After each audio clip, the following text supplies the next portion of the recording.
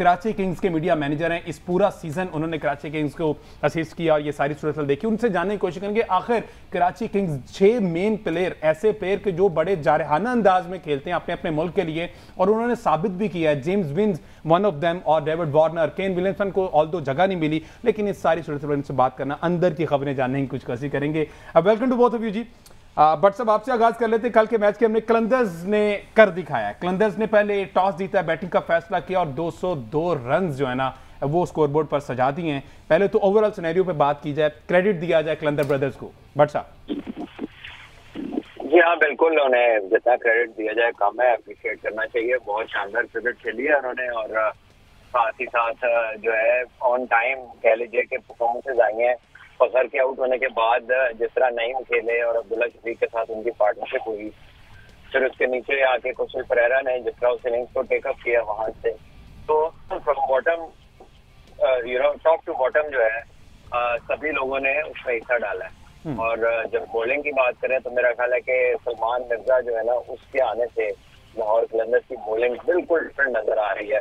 ऊपर से विकेट्स ले रहे हैं, जो काम पहले शाहीन किया करते थे वही काम उन्होंने किया है, और अच्छी बॉलिंग के साथ साथ अच्छा दिमाग भी रखते हैं, क्योंकि चेंज ऑफ पेस कब करना है, किस बैट्समैन किस लेंथ पे करना है, वो सबसे मैच्योर बॉलर लग रहे हैं इस टीम के अंदर। बिल्कुल ऐसी है, बिल्कुल ऐसी। और सलमान ने कभी पूरी कर दी है जितनी भी बीच में लूप होल्स हमें दिखाई दे रहे थे। कल मोहम्मद नईम ने आउट क्लास किया 50 रन की सलमान की इनिंग्स के लिए। अब्दुल्ला शफीक इससे पहले एलिमिनेटर 1 में क्या तबाहकुन उनकी बैटिंग थी, और आज उन्होंने जब रात को 25 रन की इनिंग्स खेली है। ये जो पार्टनरशिप थी ये भी काफी हद तक इसने पॉजिटिव एक वाइब आगे क्रिएट कर दी अगले आने वाले 2 लंकन ब्रदर्स के लिए।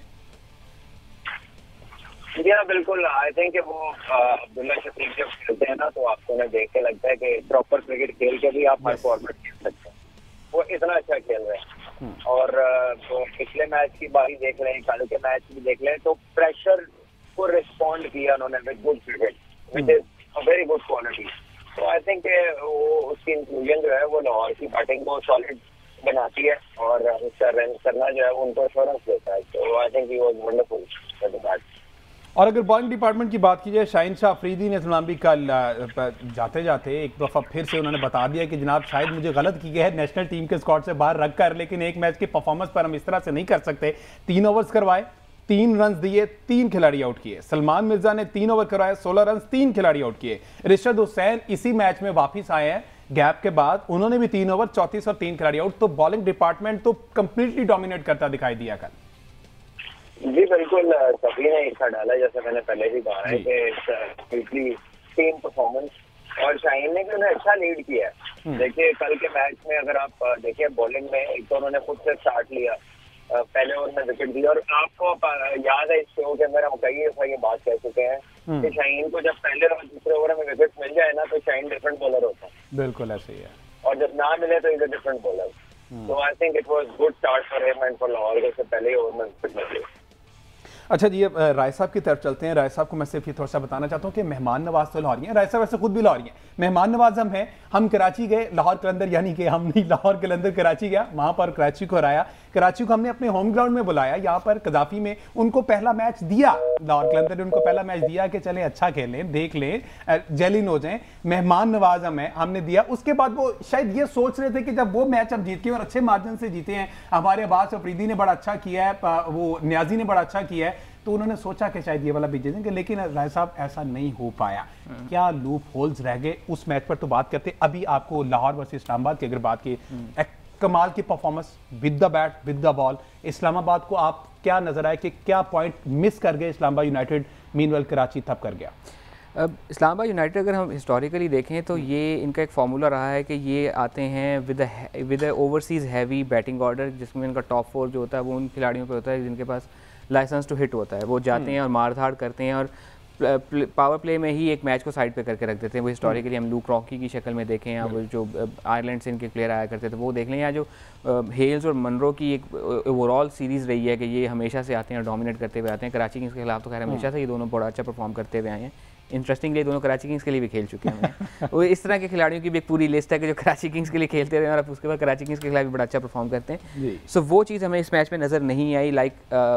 पिछले मैच में साहबजादा फरहान और एलेक्स हेल्स ओपन कर रहे थे इस्लामाबाद के का जो आखिरी होम मैच था कराची किंग्स के अगेंस्ट, उसमें जिस तरह से एलेक्स हेल्स ने पहले साहब फरहान ने इनिंग्स बिल्ड करना शुरू की, बड़े अच्छे तरीके से खेला, दैन साथ में एलेक्स हेल्स ने फिर बाद में पिकअप किया और बहुत ही शानदार इनिंग्स के लिए आई थिंक उन्होंने वहीं पे मैच को साइड पे रख दिया था। एलेक्स हेल्स का ना होना, मुनरो का ना होना एक बहुत बड़ा फैक्टर था उनके लिए। ऑल दो रासी वैनडरूसन उनकी टीम में आ चुके हुए थे, फास्ट बॉलर्स को वो अच्छा खेल लेते हैं, लेकिन कल वो भी कुछ इतना खास नहीं कर सके। शहजाद का ओपन करना is kind of a question mark. I don't know कि उस वक्त उनकी क्या स्ट्रैटेजी चल रही थी कि शहजाद आई थिंक अब तक 20 T20 खेले हैं या 22 T20 खेले हैं, अब मुझे नहीं याद पड़ता इससे पहले कभी उन्होंने ओपन किया। He is a talented youngster from southern Punjab region, but अभी इनकी ग्रेड 2 में परफॉर्मेंस भी थी, सॉरी डिपार्टमेंटल जो फर्स्ट क्लास क्रिकेट थी उसमें पीटीवी के लिए उन्होंने हैट्रिक भी की थी, फिर बैटिंग से भी स्कोर करते हुए थे, तो उसी की बुनियाद पर उनको सिलेक्ट किया गया था।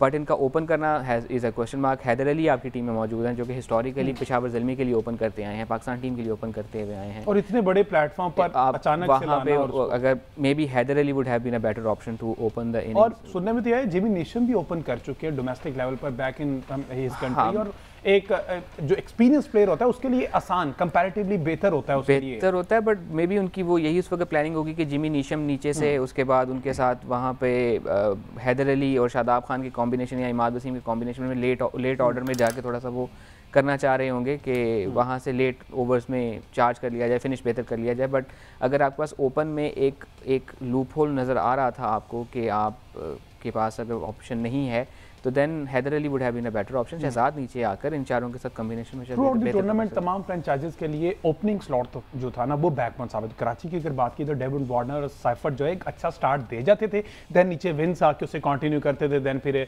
न्याजी की बात कर लें और सो ऑन। तो इस तरह इनका भी था इस्लामाबाद की तरफ, कॉलिंग मुनरो ने स्टार्ट में किया, उसके बाद एलेक्स हेल से, और इनके अलावा एक और भी थे इनकी तरफ से जो मिड में आए और वो फिर से वो भी चले गए।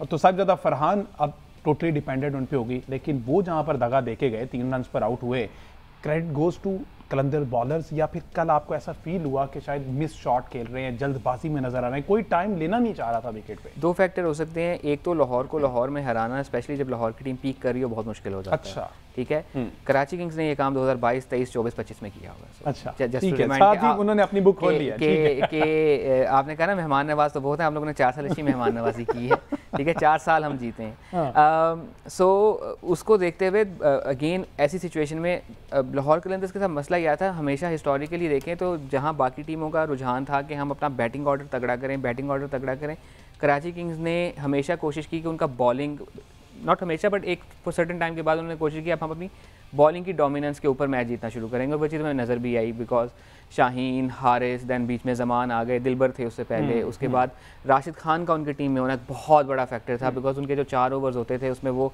हार्डली 20-22 रन देते थे और 2 से 3 विकेट्स भी निकाल जाते थे, और वो एक बहुत बड़ा फैक्टर होता था। देन अप टॉप उस वक्त शाहीन की फॉर्म बहुत अच्छी थी, आपको इनिशियली वो विकेट्स मिल जाते थे। इस सीज़न में और पिछले सीज़न में राशिद का ना होना हमें मैसिवली नज़र आया। लाहौर कलंदर्स 9 मैच हारा था अपने सीज़न के। उसके बाद हमने ये देखा कि इस साल उनको रिशाद हुसैन की शक्ल में एक अच्छा डिसेंट अल्टरनेटिव मिल गया, जिसको स्पिन भी ज़्यादा मिल रही थी, वो स्कोर भी कम देता है। कल के मैच में उनको 34 लगा तो है, लेकिन उन्होंने साथ में 3 विकेट्स भी लिए।